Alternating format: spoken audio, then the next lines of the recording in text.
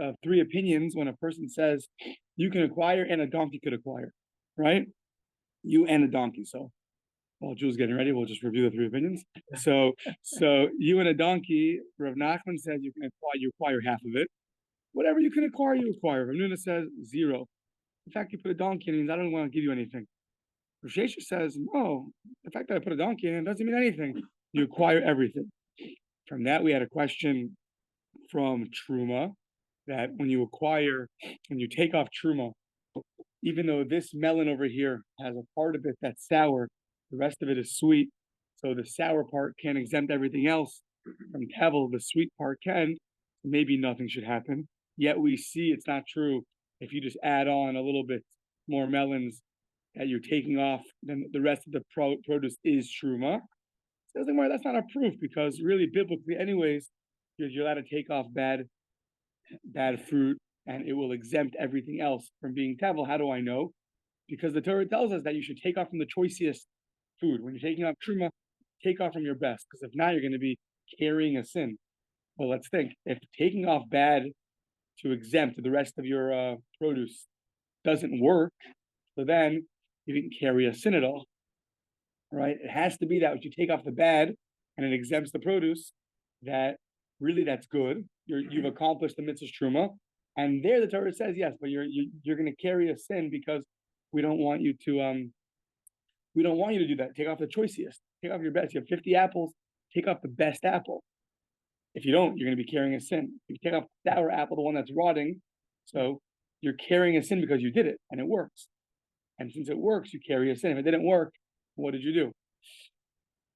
Interestingly, I don't know. We have to see when we get there, but in Tmura, in the Mesechus Tmura, the Gemara there has a lot of discussion in the beginning. When the Torah says don't do something and you try to do it, does it work or does it not work? So it's interesting how that would relate to this. Okay. Either way, that's that. And so we are maybe 12 to 15 lines from the top. Amr le Rav Mordechai le Rav Ashi. Rav Mordechai says to Rav Ashi.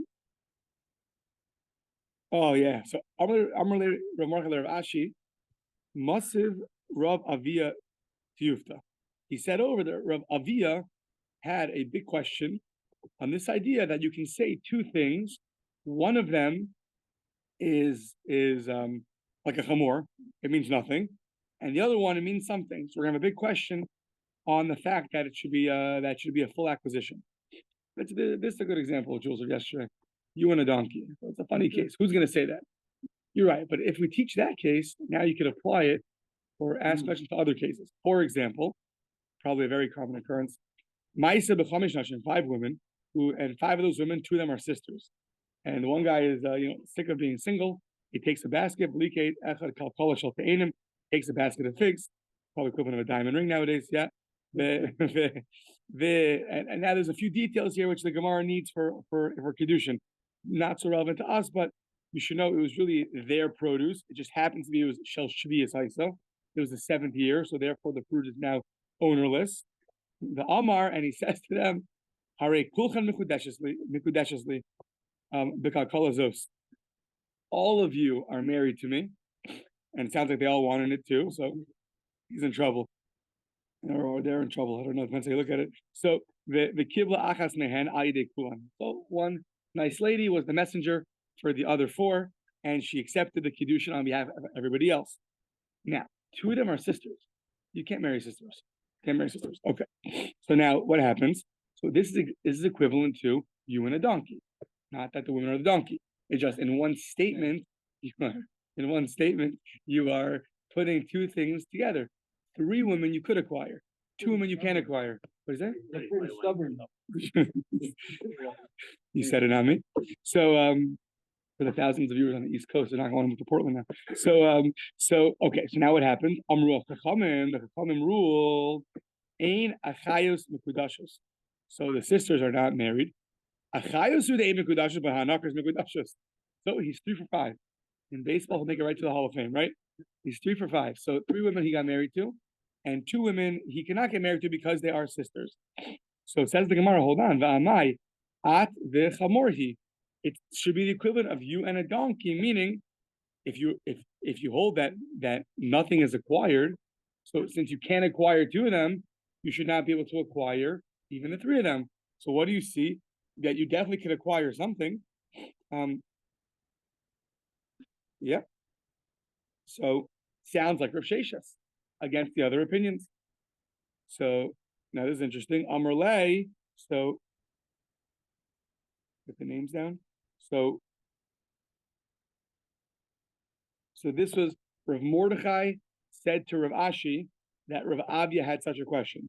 So now Rav Ashi says back to Rav Mordechai, Amar Lei, now I understand the Chazoi Rav Huna bar Avia bechalma. Now I understand why I saw Rav Huna, the son of Avia. Avia is the one who brought this question. The Mosif Rav Avia, the Mosif Rav Avia. Now it's understandable to me that I saw this person in my dream who asked some kind of question.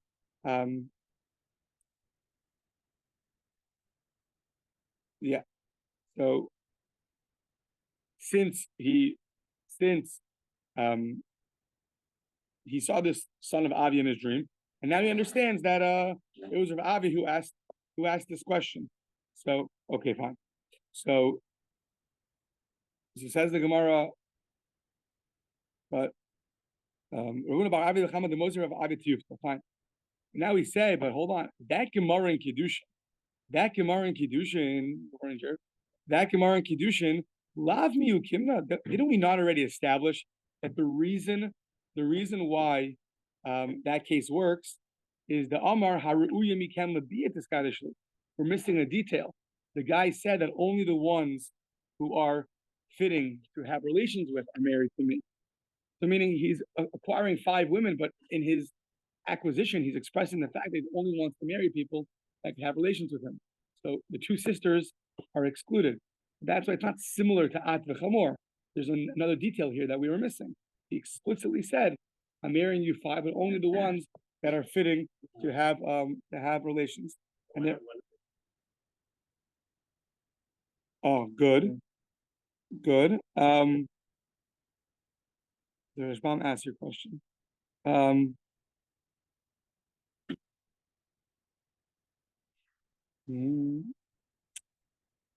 Somewhere here the Rashbam asked the question because yeah. Okay, he doesn't say. He just said even one of them. But I think the answer is because which one is it? Which sister? How do you Rachel and Leah? So you have 2 sisters here. You want to marry both of them out of 5, but each one can't go because maybe her sister's married. So it comes out that each one of the sisters is not able to have relations with him because maybe her sister who's married, not her. I think that was the answer. I thought he spoke it out. No, I think that's a good answer. I think that's the answer. Okay, continuing in ways of speaking. How the bitu, a guy told his wife, I want you to have my property and my children. Okay. Amar of Yosef, okay, so she acquires half the property, and the children get half the property.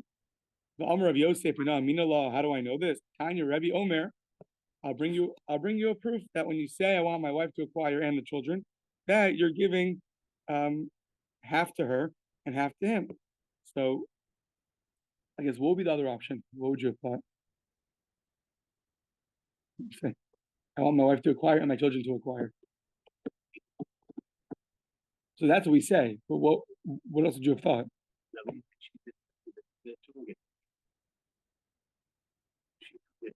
Oh, good. Right, good. I mean, it's $100,000. She gets 50 off the bat, and the rest of the kids split 50 versus splitting everything equally into whatever. There's 5 kids, you'll split into 6.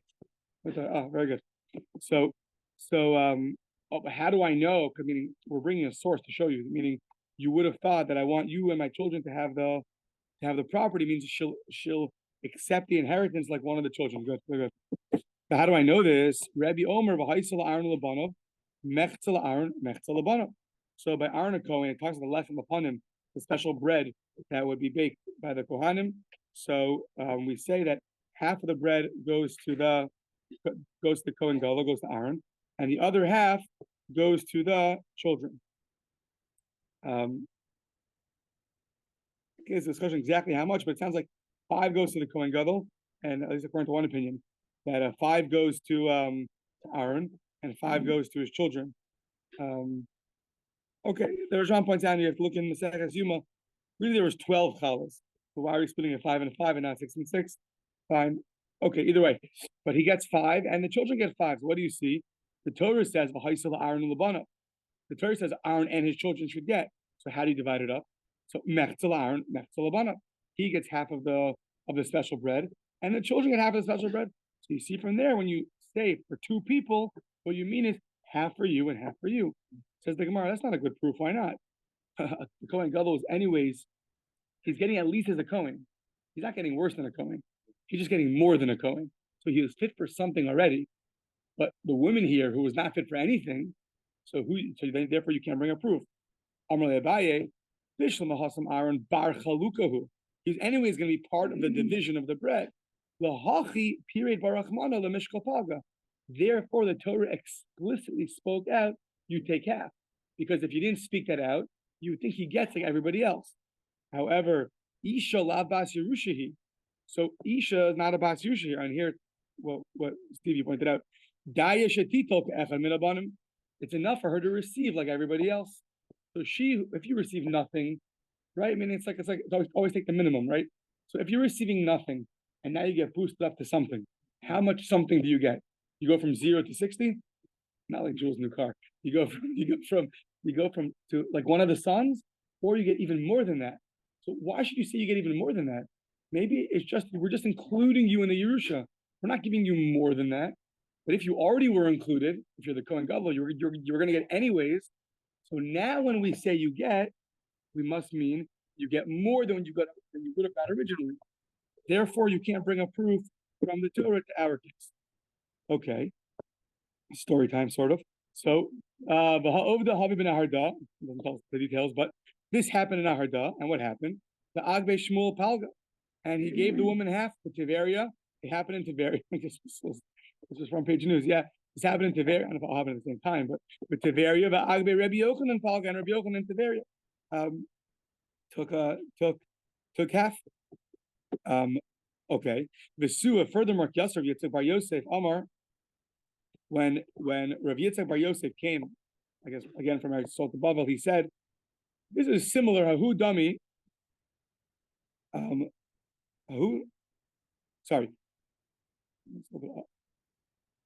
Amar hahu demei kalila the shadube as it is demei kalila the shadube malka abule the astrugi." So they needed money to collect money for the beautiful crown of the king. So they put a tax on the rich people and on the officers. So same thing. Who's going to be responsible for the tax? How do you split it? 50-50. How does it work? For the rich people and for the officers. 2 people in one sentence. Amar Rebbe said, Nesu abule palga, the istruge palga. So the officers in town, you got to cough up half the money for the crown. And the wealthy people, the gevirim, the rich people in town, you got to also pay up. It's not always good to be rich. Just sometimes. So you also have to pay. So you pay 50-50. So what do you see from there? You put 2 things in one sentence. Most of the time. So you do 50-50. So what do you see when you put 2 things like at v'chamor? And at the end of the day, it's not at v'chamor. When you do the woman and the sons, so it should be 50-50, just like here. Palga v'ishtrai is 50-50. Says the Gemara, hold on. Achi hashta, it's still not similar. Why not? Hasami kara kavi kasvi in general when they do the taxes. Kavi kasvi abuli havi kasvi. You always put it on the rich people, and the istruge and the officers havi misayeh bahadayu. It would always help out a little bit. The yada malka the habu kimisayeh. He knows that the officers are going to help out the rich people. So therefore, when you put the tax on the rich and the officers, therefore it'll be 50-50.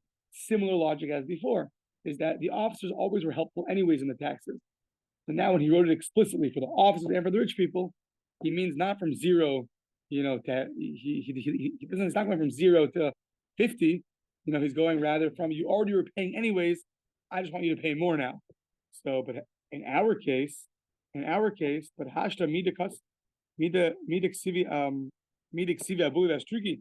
In our case, the woman and the son is not similar at all because the woman's not helping with the Yerusha at all.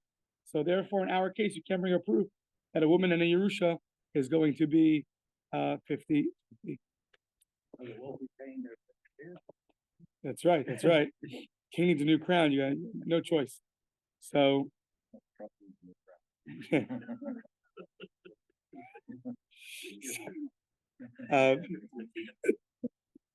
that's fun.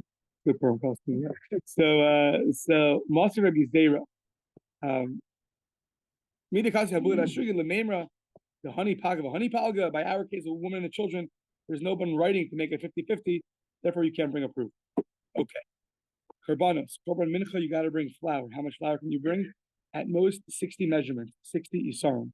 So a guy says, Maser Rabbi Zera, ha'omer harei mincha meya isarim. You want to bring 100 measurements, 100 isarim. So lahavi v'shnei kelim. You want to bring 100 isarim with your korban and 2 vessels. What do? Maybe so you have to bring 2 korbanos now because the most you can bring is 60. So you bring it in 2 kelim. Maybe shishim b'kli echad, the arbayim b'kli echad. You have to bring 60 in one vessel and 40 in another vessel. So why don't you do 50-50? Why 60-40? Maybe you see that you don't do 50-50. It gets split differently. So now, turning the page, v'im hevi chamishim b'kli echad v'chamishim b'kli echad yatsa. If you happen to bring 50-50, you still fulfilled your obligation. Sounds like im havi in l'chatchila lo. It's only if you did it. Well, l'chatchila you shouldn't do 50-50. Now, why not? I said I want to bring 100 and 2 vessels. So now that's similar. You want 2 vessels, 2 things, and you want to bring 100. So why not do 50-50? So maybe that's a proof that when she says you and the children, it's not 50-50. Because we say here also want to bring 102 vessels, and you don't say 50-50. No, you can't bring a proof in there. Why? Because and if you want to tell, sorry, this is the question. And if you want to tell me everything like this kind of situation, where you want to give things over to 2 people, in this case it's 2 vessels, it's palgahu, and I feel the nami. You should happen to put your 100 isaron into 2 vessels. So you see that we don't just say 50-50 just because you included 2 people in one donation, one giving. Says the Gemara, no, you can't bring a raw. You can't bring a proof. You can't, not comparable. Are they really similar? Hasam by the korbanos anansadi. Anansadi means we're witnesses. I mean, it's so clear to us what you want to do. When someone does something that's so clear, you say anansadi. When I don't know, when you're wearing a fireman outfit and you hear a bell ringing, so it's obvious that there's a fire call, right? So it's so obvious to us. What's so obvious to us? When you said 100 and you know that you can only bring maximum 60, so we see that you want to bring a very big korban. Meaning you want to maximize your flour with your offering. You're saying 102 vessels. So originally we saw already that you want to bring such a big korban. So he said 2 vessels. That he said the he knows he can't bring in 1 vessel. When a guy just has 100 measurements, what does he really want to do? He wants to have 1 korban that's the best. If you're going to bring 60, max out. Now he knows he can't bring 100. He's going to have to bring the other 40 in another vessel. So therefore, so since he pledges 100, we see he wants to give a big korban. So we fill up the first kli at its maximum capacity. So I guess as opposed to like elevators where you don't want to do that, right? Max capacity. Anyways, so you always bring the most. So therefore, you can't bring a proof to our case. The Hilchasuk Yavasi de Rav Yosef, halacha is like Rav Yosef in 3 cases. 2 of them were way back when in Bava Batra, Vesada, Inyan, Umechza. So one of the cases here is Mechza. Our case of 50-50, that when you say to a husband says to his wife and to his children, you should get the property, you and the son should get property. Rav Yosef says you divide it up 50-50. and we listen to Rav Yosef. Yeah, okay. So, good.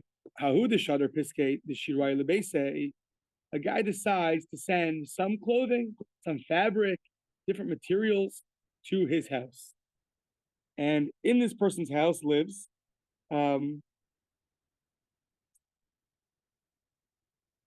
let's see. So it's going to be, I think, one son and many daughters. So Ahuda Shadar Piske the Shirai Lebese, he sent it back home and he says, Amar Rabbi Ami, so now who gets it? He sent the package home. He didn't specify to who the package is. Some of his children. Which one of his children? He has sons and daughters. I mean, what's going to... So Ahuda Amar Lahu, sorry. So Amar Rabbi Ami, Haru'in Labanim Labanim, Haru'in Labanas Labanas. The one that's fitting for the sons, the male clothing, so there's no question about this, yeah? It goes to the male. And the female clothing, it goes to the females. That's not up for discussion. So what's the case? Below Amran Ella, the Leisley Kalasa. We're talking about a case where he doesn't have a daughter-in-law. Rather, he only has only married daughters. The married daughters will get the female clothing. Aval Islay Kalasa, if he has a daughter-in-law, so then the Kalase Shada. Then it's going to go to his daughter-in-law because the married daughters have a husband. They need clothing, they'll be okay. One second, the daughter-in-law also has a husband. Sorry, the daughters that are married are not on his responsibility anymore to support their husband supporting them. And I guess his daughter-in-law,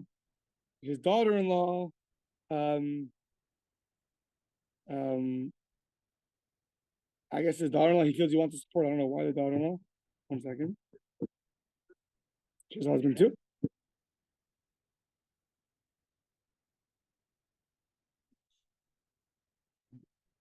And his own daughters. No, because his daughter-in-law is getting supported by his son. So it's still a little bit his responsibility, meaning it's from it's from the family.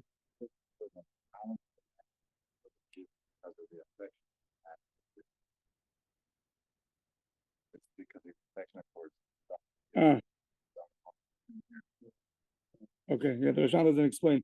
Okay, that's a good explanation. I thought maybe he's trying to help out his son in supporting his daughter, but oh, here it is. Yeah, the Rabbeinu Gershon says, "Shemechabed adam kalaso mishum chavivas beno." A person wants to honor his daughter-in-law because of love for his son. Therefore, okay, yeah, very good, fine. So, this phone doesn't die yet. Okay, the ibante lo nesivin. Now, if the daughters aren't married and you have a daughter-in-law, so then lo shavak bante nothing going. If the daughters aren't married, you're not going to abandon your daughters because of the affection of your son. You'll show them affection in other ways, I guess, right? But the clothing will go to the daughters.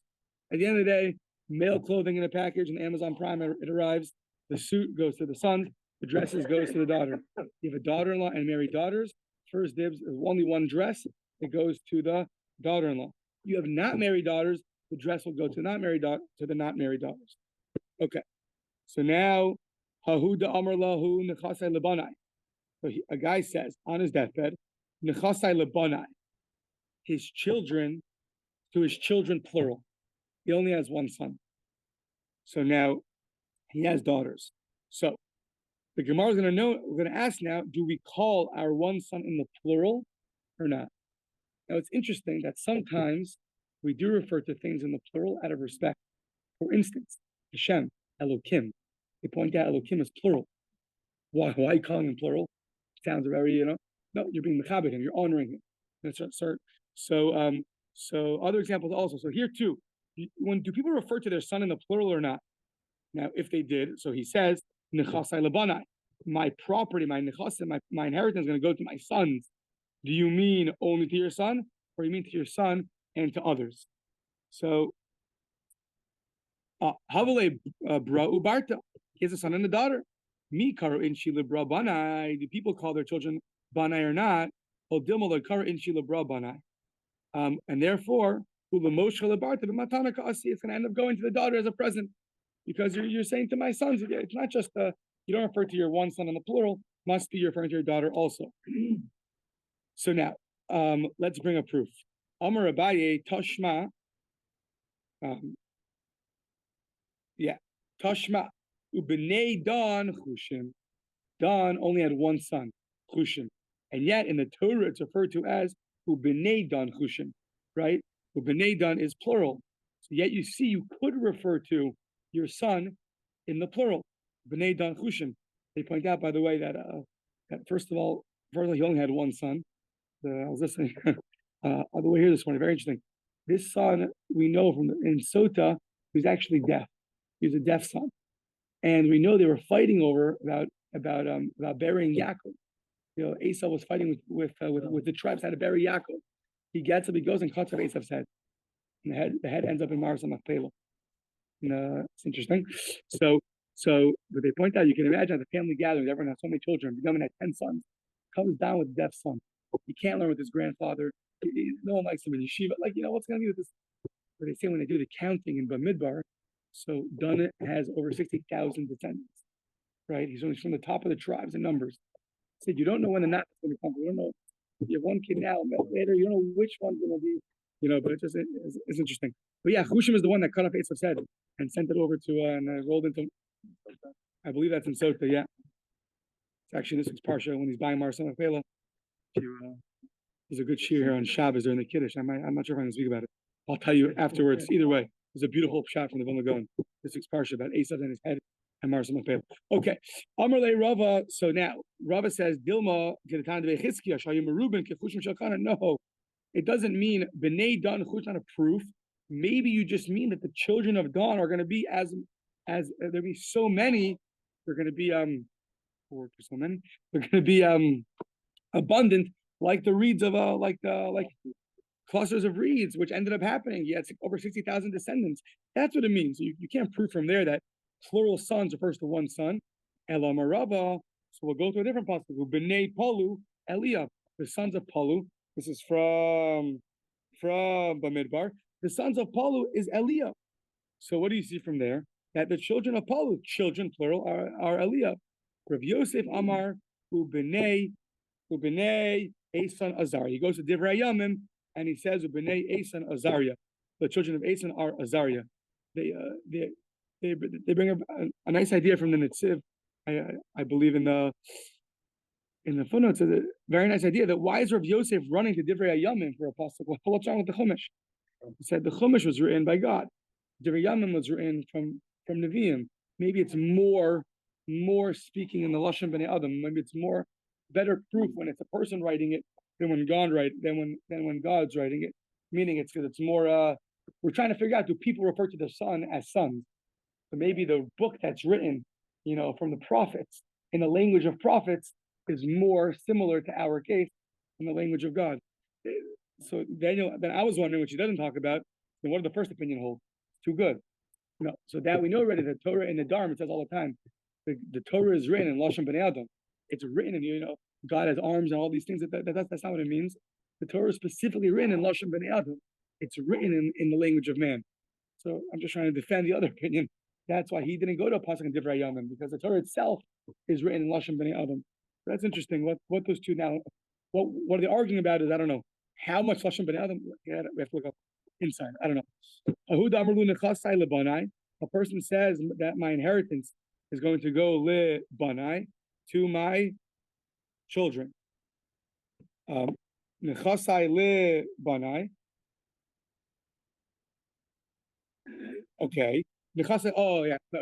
Nechasai le banai. Now he says in the plural, and he has habale bra ubar bra, a son and a grandson. Does he mean the son, or he means son and grandson? When he says sons, and he has one son and a grandson, who's he referring to?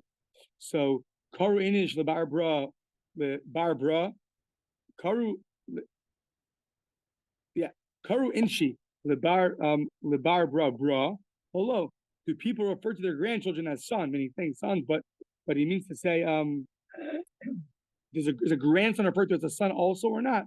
Hello, when he says sons, he means only his son. He doesn't mean his grandchildren. Rav Chaviva Amar Karu Inshi Lebar Bra Karuinshi lebar bra. They do refer to it, yeah, they do, and then therefore they would split the property.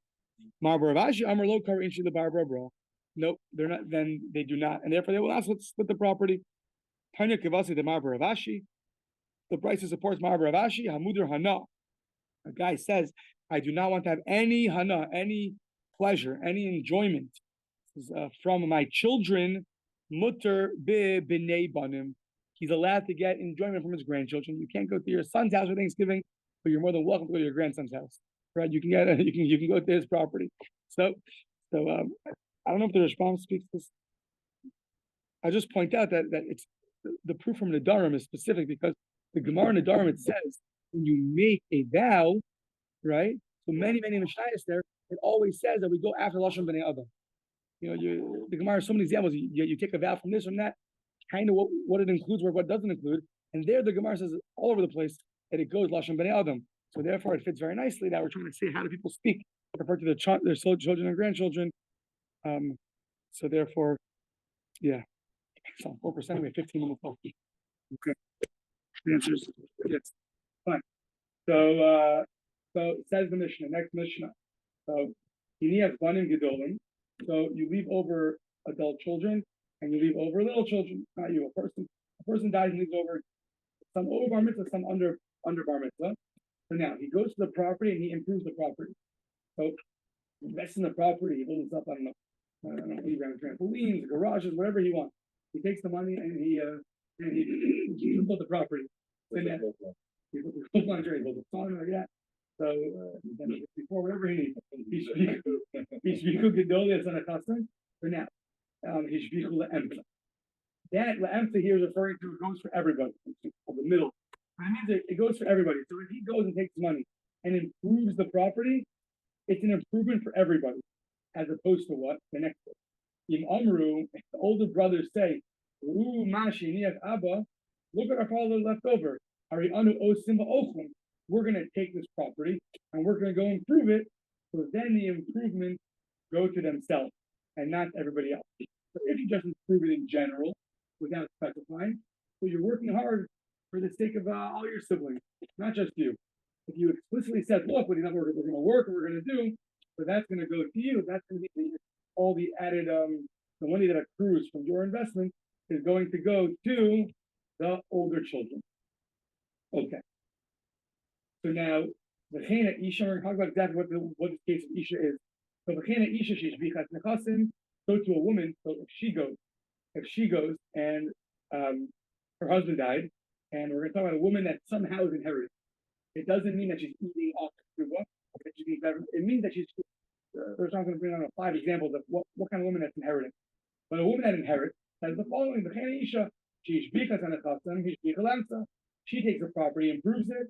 It's an improvement for everybody, for her and the other, the other sons, however it's going to work out. The other people that are inheriting with her, it'll be an improvement. If she says, if I look at my husband left for me, I'm going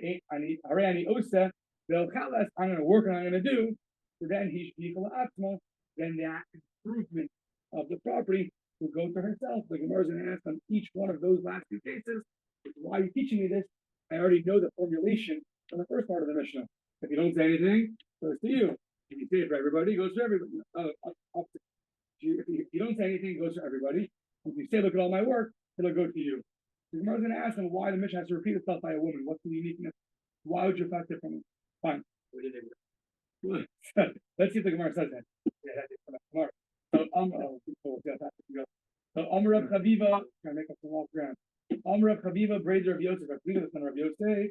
Let me pass this. So Amr of Chaviva, braider of Yosef. Braider Rava, Mishmei Rava. Okay, so Chaviva, the son of Yosef, the son of Rava, said in the name of Rava. So it sounds like he's saying in the name of his grandfather. Yeah. Unless there's 2 different Ravas, don't know. Lo shanu ela sheshitun nechasim, mach nechasim. So this is only true, this idea that when you improve a property, it'll go to everybody. It's when you're taking it from the property and investing in the property. You take your own money, which is not from the property. So then the property will only be improved if then the money goes to yourself. you're taking your savings account and improving and you put and you fix up the house, so then that's going to go to you. But if you take the money from the house and you improve in the house, so then that's going to go to everybody. As the Gemara, is that really true? Ini v'homer of Chanina, Rav Chanina said, "Afilu lo hiniach lahem avihem." Even if the father, he only left over the following: Ella Odaini, it's a pit with a cover onto the pit. So now what happens? Haskar le'emsa. The schar goes to everybody. So now in this case, the father just left over a pit. There's a pit here, and what happens is they rent out the pit. They take the pit and they rent it out. They use it as to make some extra money. So what happens? So haskar le'emsa. So now the money goes to everybody, the whole family. Says the Gemara, why? The whole Odaini, the Makmas Hatzmahu, meaning you yourself are hiring people to guard the pit, or you're making your own money. It's outside money. You're putting up signs, you're putting up flyers, media.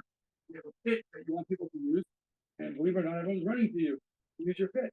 So this is outside money, and yet the money you make from this pit goes to everybody. How could that be? Says the Gemara, no. A pit's different. Why? Shiny Odaini Dilin Jerusahu the Avida. A pit is different because it's made for watching. The Afilu Nami Matu Mintrule. And even small children can guard the pit. So basically what the Gemara is saying is that anybody can do it. You don't need to spend money necessarily to guard the pit. Even the Kanim could guard the pit. So therefore, if you chose someone else to do it, so you're spending money on that, so then that's still called money from within, not from the outside. And therefore, any money you make back from that is going to go to everyone. So meaning, when you put money in solely from the outside, so this is interesting. On the one hand, you're hiring a security guard, hiring a bouncer to stand there and you want to close your pit. At the end of the day, you don't need Jared. You have to do it too. He can also fire. He's strong enough. He can do it. Yeah, he has football there ready to go. And he can do it. So the fact that you chose someone else to do it doesn't make it all of a sudden outside money. It can also therefore the money will still go to the okay. Amru, Ra'u Mashini et Abba. Look what our father left us, the Mishnah said. Ari Anu Osin Va'ochlin. If they say, look what we left us, we're going to work on this, we're going to improve it ourselves. Then the improvements go to you. Rav Safra left over money. Rav Safra Shavakabu Zuzi. Rav Safra's father left over money. Shaklin. Rav Safra took the money. Other Buliska invested it. He did business transactions with the money that his father left over. Okay. So now the brothers come. Asu Achi and Tabunu Bedina. They said, listen, we want some of this money too. You took our father's money, you invested it, and you did very well. You put it in Bitcoin exactly. So they took him to Bezdin. So Bedina made the Rava in front of Rava. So Rava said the following, very interesting. He said, Rav Safra is a Gavra Rabu. Rav Safra is a tremendously great individual. Lo Shavik Girsa, the Tarafah. He never stopped learning. So if he ever stopped learning to go do business, it's just for his basic needs, for his basic family needs. He's not going crazy and spending 99% of the day working and having 1% that he can learn. He's learning most of the day. At any time he takes off, it's just to support his basic family, and therefore it's clear, it's as if he said, only for me, right? He didn't say that. So the question is, well, he didn't say that. Maybe we should all get the money. Everyone should get the money, because the Mishnah said only if you speak it out does it go to you. If you don't speak it out, it goes to all the family. Because but this is the same as speaking it out. Everybody knows that he's not going to waste time, supporting you guys. You guys can support yourself. So okay, fine. Now the case of the woman. and we'll see if he was right in his understanding. So, Isha she ishbicha es anechassim, ishbicha la'atim. So now, first case is, let's clarify, what are we talking about? In what case is a woman inheriting from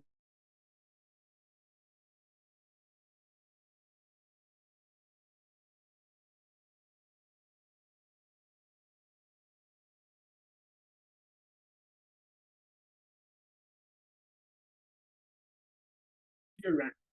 We're talking about a case of a woman who actually inherits. Now, what's the case of an Isha that inherits? So one case is the husband told the woman, you're going to receive like one of the sons. That's one example. Another example the Rashbam gives is, let's say, Reuben married his niece. So Reuben married his niece, and then Reuben married the daughter of Shimon, right? And then they died. So now Reuben's children and Shimon's daughter are going to inherit the inheritance of Yaakov. So Reuben and Shimon would inherit Yaakov. Reuben and Shimon died, and now we have a daughter and sons inheriting their grandfather's estate. Or it's a daughter with the other daughters, or it's a case of daughters with the sons. Somehow she'll get too. How are you going to figure it out? There's different ways to figure out that a woman is going to inherit with other, with other sons or with other people. Yeah, with other sons. So now, says the Gemara, okay, Pshita, that's obvious. So if she's a woman who inherits, so then why should she be any different than the first part of the Mishnah? If she also inherits, what's the difference between, if it's a woman who inherits, then what's the difference between her and the first case of them and the first part of the Mishnah? Why would you have thought differently? So, says the Gemara like this.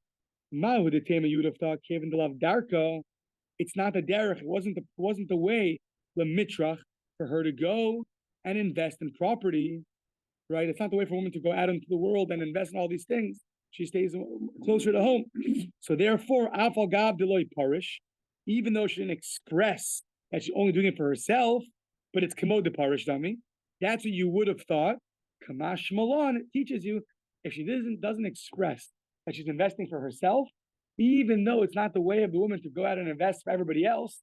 It's like the case of Rav Safra. It's not the way of a great Torah scholar to go out and spend so much time investing for everybody else. So too for a woman. Kamash Malon, at the end of the day, she should have spoken it out. If she didn't speak it out, then at the end of the day, the property goes up, and it goes up for everybody, not just for her. Okay, next case. If she goes and speaks out that she's going to, look what my husband left me, I'm going to go and work on it, and it's going to improve. So same thing. Why should that be any different than the first case? So says the Gemara.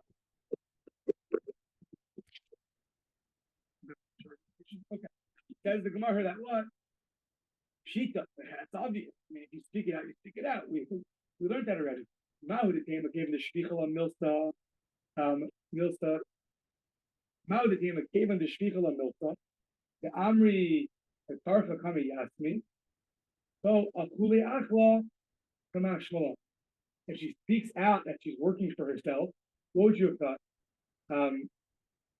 Maybe it's so praiseworthy that people are going to say that she's working for the Yisomim, but maybe you're going to end up being mocha. To actually go back. You're going to start praising her. Unbelievable, you're working for your brothers, look how much work you're putting in. Even though originally she didn't intend to do that, but once this praise is coming her way, she might actually forego her own benefit, and it'll go to the children. Kamashal that no. At the end of the day, if she speaks out that look, it's going, I'm going to invest, it's going to go to me. We don't assume that she went back on that just with all the praise that she is getting.